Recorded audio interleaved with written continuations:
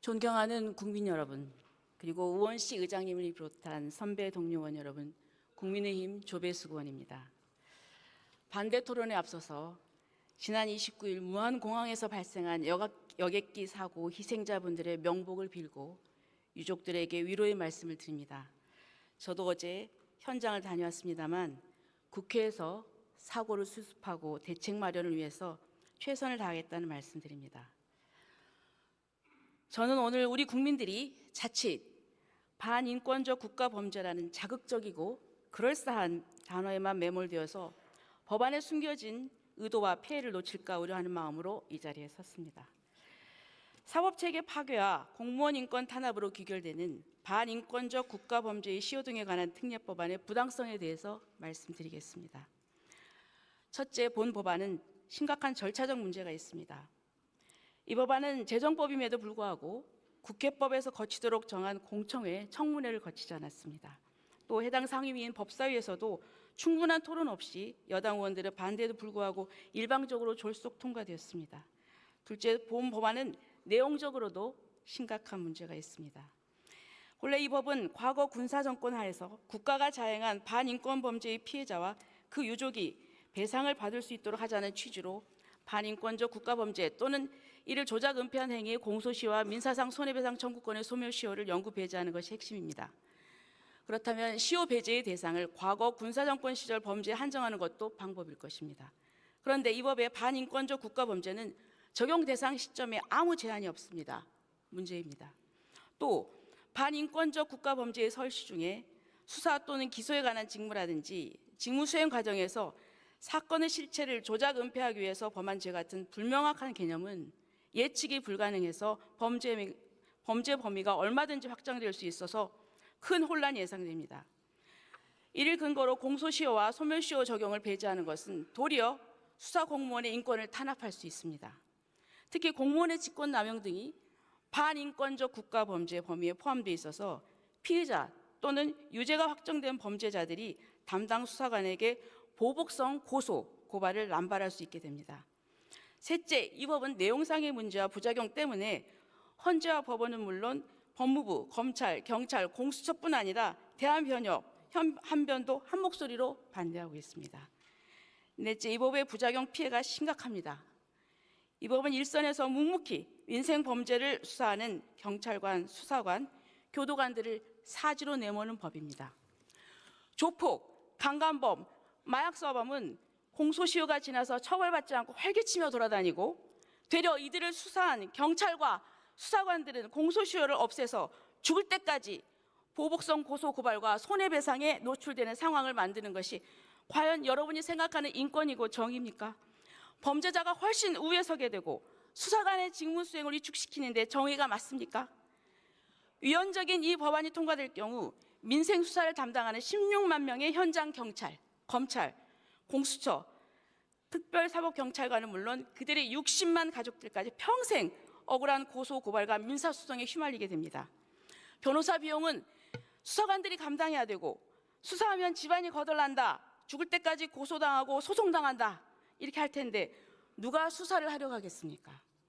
서로 수사를 하더라도 소극적, 면피성 수사로 이어져서 국가의 범죄 대응 역량이 약화되고 범죄로부터 사회를 보호하지 못해서 그 피해는 결국 국민에게 돌아갈 것입니다. 그럼에도 민주당은 도대체 왜 이 법을 발의한 것이고 또 당론으로까지 밀어붙이는 것입니까? 그토록 인권을 생각했다면 제2요구권 걱정이 없는 문재인 정권 180석 여당 시절에 왜 추진하지 않았습니까? 지난 12월 19일 이화영의 이재명 대표 방북비용 대납 사건이 징역 7년 8개월로 선고되자마자 일사천리로 이 법안을 진행시킨 저희가 도대체 무엇입니까? 이재명 대표를 수사한 수사기관에 대해서 보복을 예고하는 것입니까? 국가입법권을 당리당략으로 남용해서는 안 됩니다. 이 법은 나치 독일법을 비판한 철학자 라드부르가 지적하는 법률적 불법입니다. 악법입니다. 의원님 여러분, 이 법의 수혜자는 오직 범죄자입니다. 꼭 표결로 반대해 주십시오. 아울러 대통령 권한대행에게 요청합니다. 만약 이 법이 통과된다면 반드시 제2요구권을 행사해 주시기 바랍니다. 경청해 주셔서 감사합니다. 이상입니다.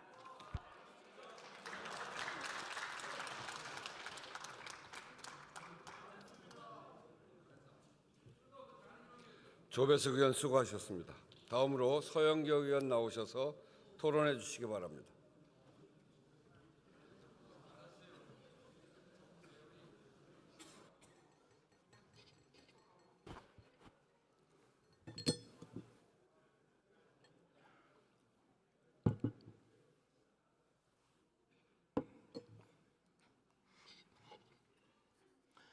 존경하는 우원식 국회의장님, 그리고 선배 동료 의원 여러분, 서울 중랑구갑의 국회의원 서영교입니다. 국가폭력에 의한 반인권적 범죄에 대해서 공소시효를 배제하는 것은 국민의 명령이자 정의의 실현입니다. 수많은 사람이 전두환 독재에 의해서, 박정희 독재에 의해서, 그리고 이승만 독재에 의해서 죽어갔습니다. 그 사람들과 관련한 반인권 범죄, 이들을 공소시효라고 하는 이름으로 해방시켜야 되겠습니까? 수없이 많은 사람들을 죽음으로 내몰고 중상해를 입히고 이러한 범죄에 대해서는 이제 공소시효를 없애는 것이 22대 우리 국회에 할 일이다, 이렇게 생각하는데 여러분 동의하십니까? 그런데 말이죠, 국민의힘은 이것마저 반대하고 있습니다. 그러면 국민의힘은 국가폭력에 의해서 국민이 살해당했는데 이것을 공소시효를 두잔 말입니까? 시간이 지나서 그 사람들을 해방시키잔 말입니까? 도대체 국민의힘은 어느 나라 사람입니까? 국민의힘은 인권이 있는 겁니까? 양심이 있는 겁니까? 도덕이 있는 겁니까? 정의가 있는 겁니까? 살인죄 공소시효 폐지, 바로 서영교 국회의원이 했습니다. 살인죄 공소시효를 폐지할 때도 그렇게 반대하던 국민의힘 의원들, 이제는 그것을 또 하나 도구로 삼고 있는 겁니까?